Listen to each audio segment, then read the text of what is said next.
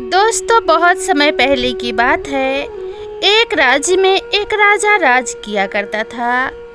राजा धार्मिक प्रवृत्ति का व्यक्ति था। ईश्वर में आस्था रखने वाला राजा अपनी प्रजा का अच्छे से ध्यान रखता।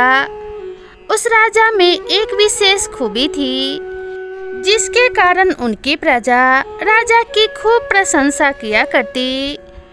उस राजा में खूबी यह थी कि वह राजा किसी भी समस्या का बहुत अच्छा न्याय करते थे। राज्य में कोई भी झगड़ा हो या किसी चीज का बंटवारा हो, सब राजा से ही न्याय मांगते थे, क्योंकि सबको पता था राजा न्याय बहुत अच्छा करते हैं। इसलिए उन पर विश्वास करते और उनको बहुत मानते थे। दोस्तों, एक दिन राजा के मन में विचार आया कि मुझे तप करना चाहिए, जिससे ज्ञान की प्राप्ति हो सके, और राजा ने वैसा ही किया। एक दिन राजा ने जंगल में जाकर तप करने का निश्चय कर लिया। राजा ने अपने खास मंत्री को बुलवाया और कहा कि मैं लौट कर नहीं आऊं, तब तक तुम राज्य का ख्याल रखना और महारानी को राज्य संभालने में मदद करना। मंत्री बोला, ठीक है महाराज, आप जाइए, मैं सभी का ध्यान रखूंगा। फिर राजा अपने राज्य की बागडोर रानी को सौंपकर तप करने जंगल की तरफ चल दिए।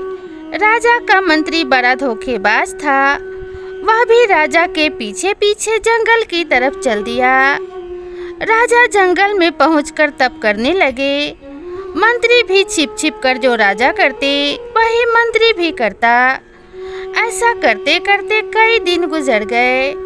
राजा ने बहुत कुछ सीख लिया, और जो ज्ञान राजा ने सीखा वह सभी ज्ञान मंत्री भी छिपकर सीख रहा था। मंत्री को अब लगा कि राजा अपने राज्य जाने वाले हैं, तो मंत्री राजा से पहले राज्य जा पहुंचा और अपने कुछ साथियों के साथ वापस जंगल में आ गया और राजा से मिलने पहुंचा। राजा और मंत्री अपने राज्य को लोगों को देखकर बहुत खुश हुए। राजा बोले, चलो सब राज्य वापस चलते हैं, मेरा तप समाप्त हो गया है। जो जो मुझे सीखना था मैं सीख चुका हूँ। मंत्री बोला, महाराज, आपने कई दिनों तक तप किया है, हमें भी कुछ दिखाइए, आपने क्या क्या सीखा है। राजा बोले, मैं मुर्दे को जिंदा कर सकता हूँ। फिर मंत्री और उसके साथी बोले, महाराज, हमें विश्वास नहीं है, क्या ऐसा भी हो सकता है।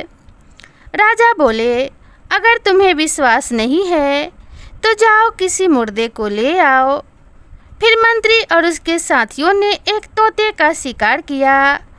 उस मरे हुए तोते को राजा के पास ले आए और बोले, महाराज, इसको जिंदा करके दिखाइए। राजा बोले, मैं अपने शरीर से प्राण निकालकर इस तोते में डालूंगा, फिर यह तोता जिंदा हो जाएगा। सब बोले, करके दिखाइए महाराज, तब हम मानेंगे।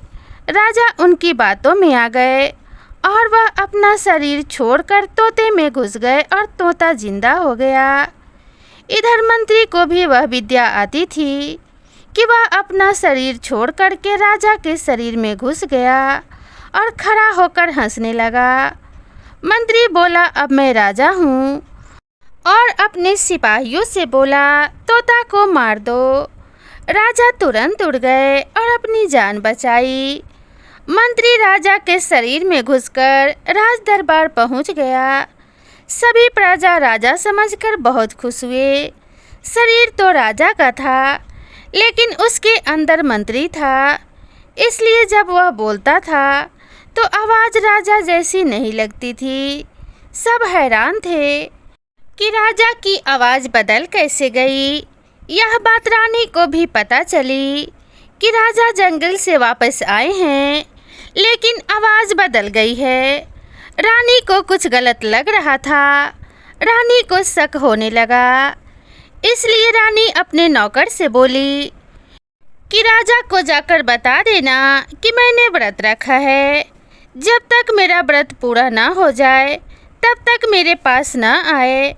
जब मेरा व्रत पूरा हो जाएगा तो मैं खुद बुलाऊंगी। नौकर ने जाकर नकली राजा को सब कुछ बोल दिया, जैसा रानी ने कहा था।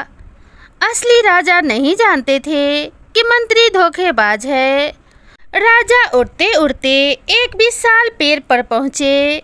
वहाँ पर पहले बहुत सारे तोते रहते थे, वह भी उनके साथ रहने लगे। वह जिस पेड़ पर रहते थे उसके पास में ही एक झोपड़ी थी।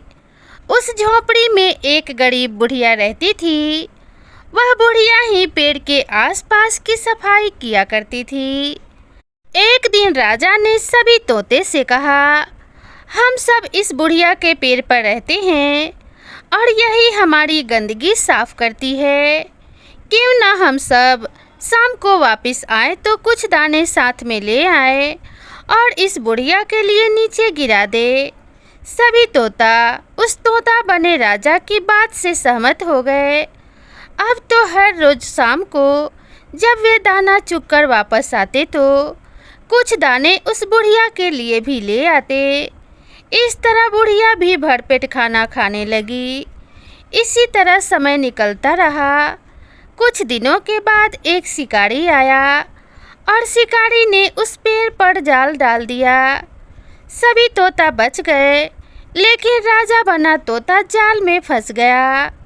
शिकारी राजा को पकड़कर पिंजरे में डाल लिया और पिंजरा लेकर अपने घर की तरफ चल दिया। रास्ते में एक दुकान थी। शिकारी कुछ लेने के लिए उस दुकान पर चला गया।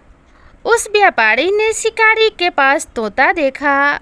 उसे तोता बहुत पसंद आया और उस व्यापारी ने उस शिकारी से तोता खरीद लिया।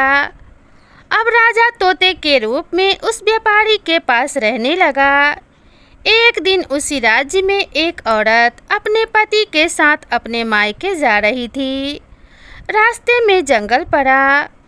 जब महिला जंगल में पहुंची तो उसे प्यास लग गई। वह अपने पति से बोली, मुझे प्यास लगी है। पति पानी लाने के लिए पास में बह रही नदी की तरफ चल दिया, लेकिन जब पति वापस आया तो साथ में एक और आदमी आया जो बिल्कुल उसके पति के जैसा ही था। वह एक भूत था जो उसके पति के रूप में हो गया था।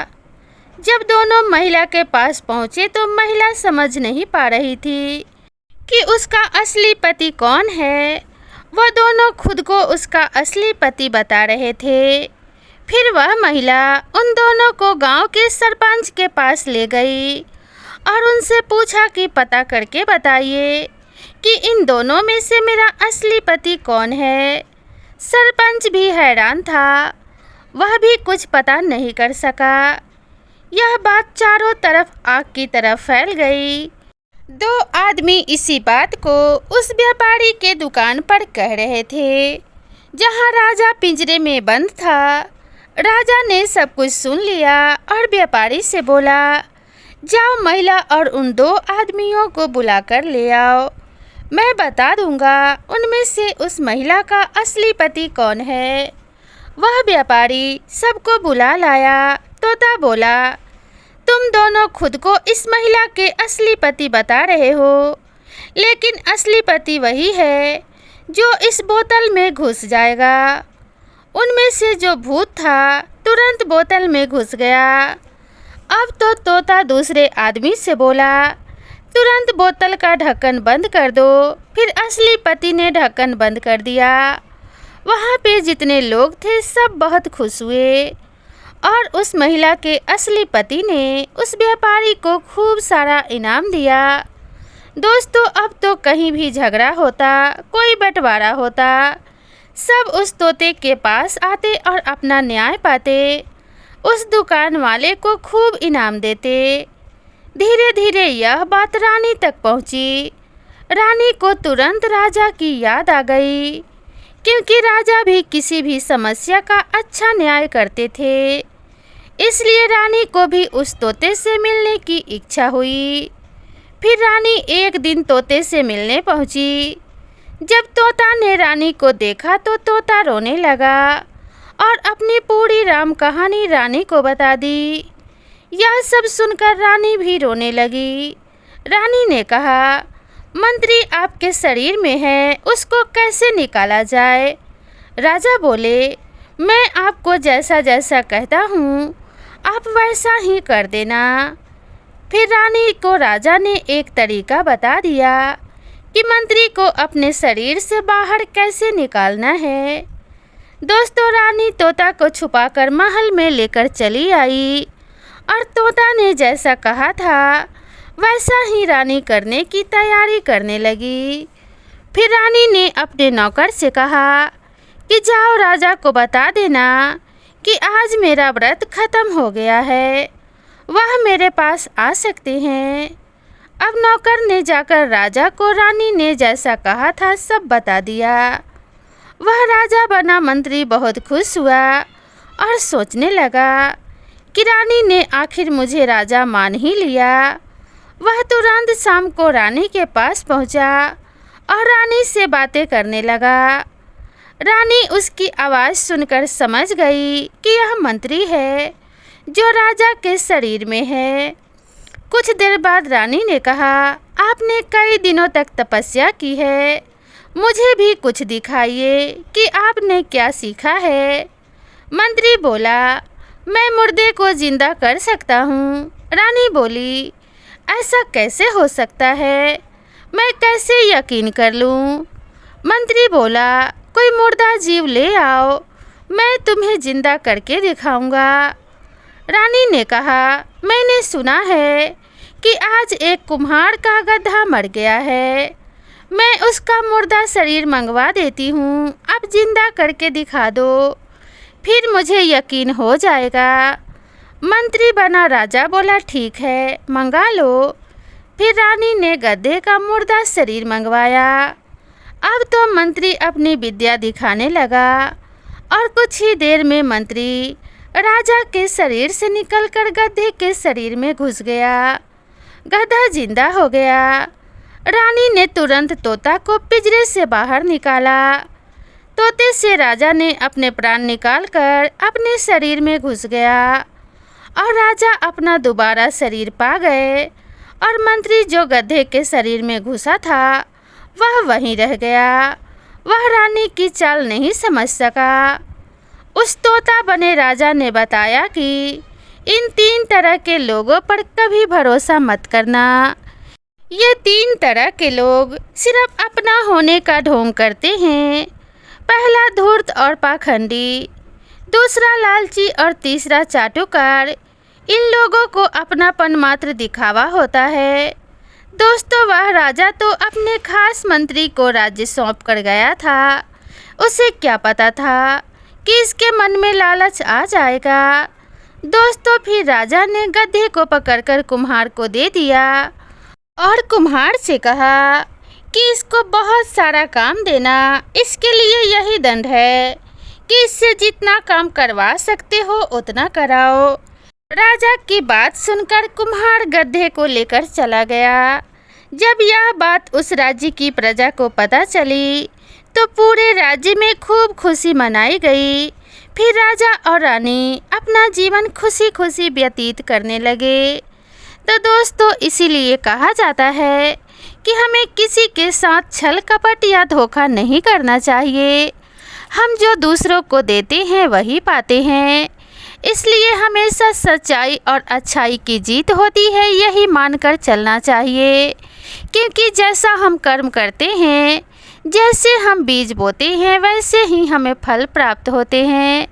तो दोस्तों, आप सभी को ये कहानी कैसी लगी कृपया कमेंट करके ज़रूर बताएं और इसी तरह की नई नई कहानियों के लिए मेरे चैनल से जुड़े रहें। चैनल पे नए हैं तो चैनल को सब्सक्राइब करना बिल्कुल ना भूलें और वीडियो को एक लाइक ज़रूर करें। तो दोस्तों, मिलते हैं इसी तरह की नई कहानी के साथ। तब तक के लिए नमस्कार।